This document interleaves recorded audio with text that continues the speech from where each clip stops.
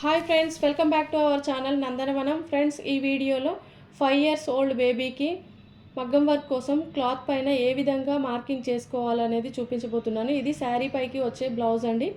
మామూలుగా స్కర్ట్ పైన వేసుకునేది కాకుండా శారీ బ్లౌజ్ అనమాట. మొదటగా మనం ఒక 1.5 ఇంచ్తోని ఇలా లైన్ డ్రా చేసుకోవాలి. తర్వాత ఆ లైన్ దగ్గర నుండి బ్యాక్ లెంత్ని అయితే మార్కింగ్ చేసుకోవాలి. బ్యాక్ లెంత్ వచ్చేసి 11 ఇంచెస్ ఖర్చులతో సహా, కింది వైపు అలానే పైన వైపు ఖర్చులతో సహా 11 ఇంచెస్ అనమాట. కొంచెం షార్ట్గా ఉన్న వాళ్ళకైతే 10 ఇంచెస్ కూడా సరిపోతుంది. ఇలా మార్కింగ్ చేసుకొని మిడిల్లో ఒక మార్క్ చేసుకొని అక్కడి నుంచి ఒకవైపు అయితే మనం చెక్ చేసుకోవాలి. చెస్ట్ లూజ్ సరిపోదు, అలానే 2 ఇంచెస్ ఎక్స్ట్రా కూడా ఖర్చులకి ఉండే విధంగా చూసుకోవాలి. మొదటగా ఇలా చూసుకున్న తర్వాత బ్యాక్ నెక్ లెంత్ కోసం మార్కింగ్ చేసుకోవాలి. 6 ఇంచెస్ అండి బ్యాక్ నెక్ లెంత్ వచ్చేసి. అంటే మనకి పైన ఖర్చు కూడా ఉంది కాబట్టి కుట్టిన తర్వాత మనకి 5.5 ఇంచెస్ వస్తుంది. సో ఈ విధంగా మార్కింగ్ చేసుకోవాలి.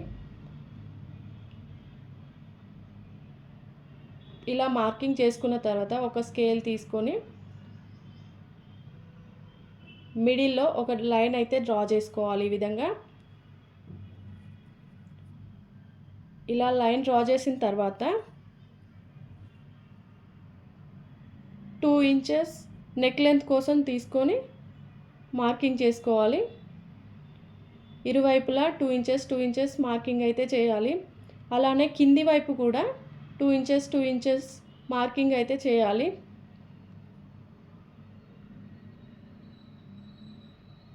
ఇది వచ్చేసి నెక్ లెంత్ కోసం అండి.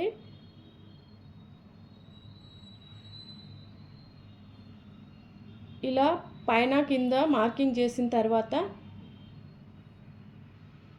కనబడే విధంగా ఇలా డార్క్గా మార్క్ చేసి ఒక స్కేల్ సహాయంతో బాక్స్ లాగా డ్రా చేయాలి. ఈ రెండింటిని కలుపుతూ ఒక బాక్స్ షేప్ వచ్చే విధంగా ఇలా మార్కింగ్ చేయాలి. ఇలా చేసిన తర్వాత ఇంకొక 2 ఇంచెస్ని మార్క్ చేసుకోవాలి. ఈ నెక్ లెంత్ నుండి 2 ఇంచెస్ అన్నమాట. అంటే టోటల్గా మనకి 8 ఇంచెస్ లెంత్ అయితే వస్తుంది. మామూలుగా బేబీస్కి మనం షోల్డర్ లెంత్ తీసుకున్నప్పుడు 4 ఇంచెస్ పెడతాం కదండి. అది డబుల్ లేయర్లో 4 ఇంచెస్ పెడతాం కాబట్టి ఇప్పుడు సింగిల్ లేయర్ కాబట్టి 8 ఇంచెస్ అన్నమాట. సో అంతే అండి, ఏం లేదు. ఆ 4 ఇంచెసే ఇప్పుడు ఇక్కడ 8 ఇంచెస్ అన్నమాట. సో తర్వాత చంక డౌన్ డ్రా చేసుకోవాలి. చంక డౌన్ వచ్చేసి 4.5 ఇంచెస్.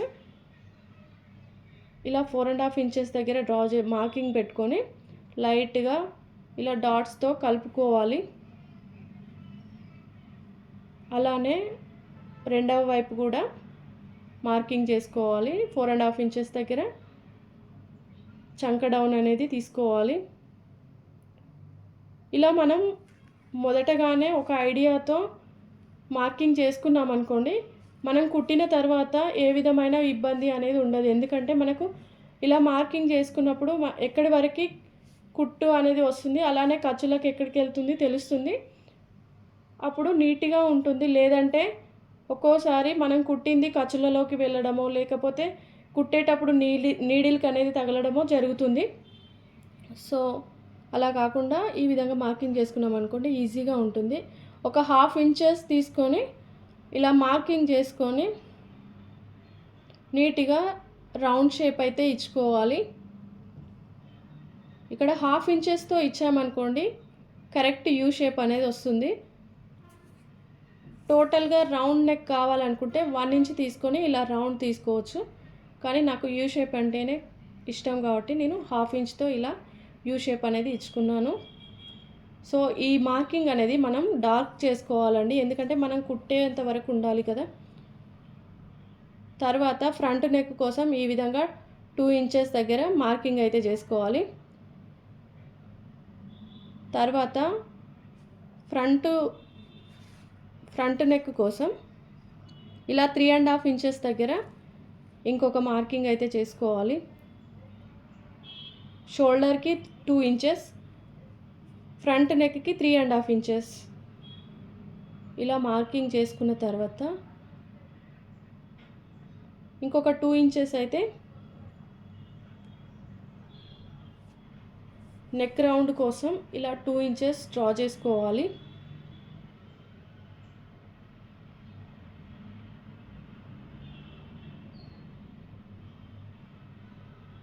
ఇలా డ్రా చేసుకున్న తర్వాత మార్కింగ్ చేసిన తర్వాత ఒక లైన్ అయితే డ్రా చేయాలి.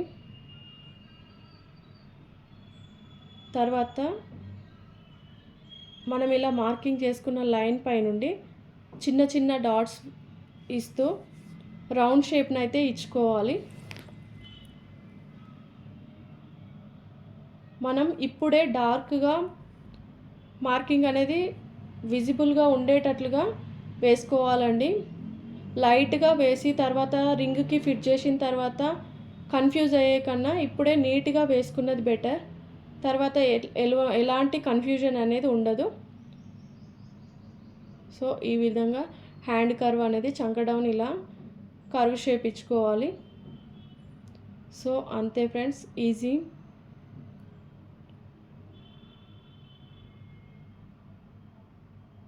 సో ఇంత డార్క్గా ఉంచుకోవాలన్నమాట మార్కింగ్కి. సో ఫ్రెండ్స్, ఈ వీడియో కనుక నచ్చితే please like, share and subscribe my channel. Thank you for watching.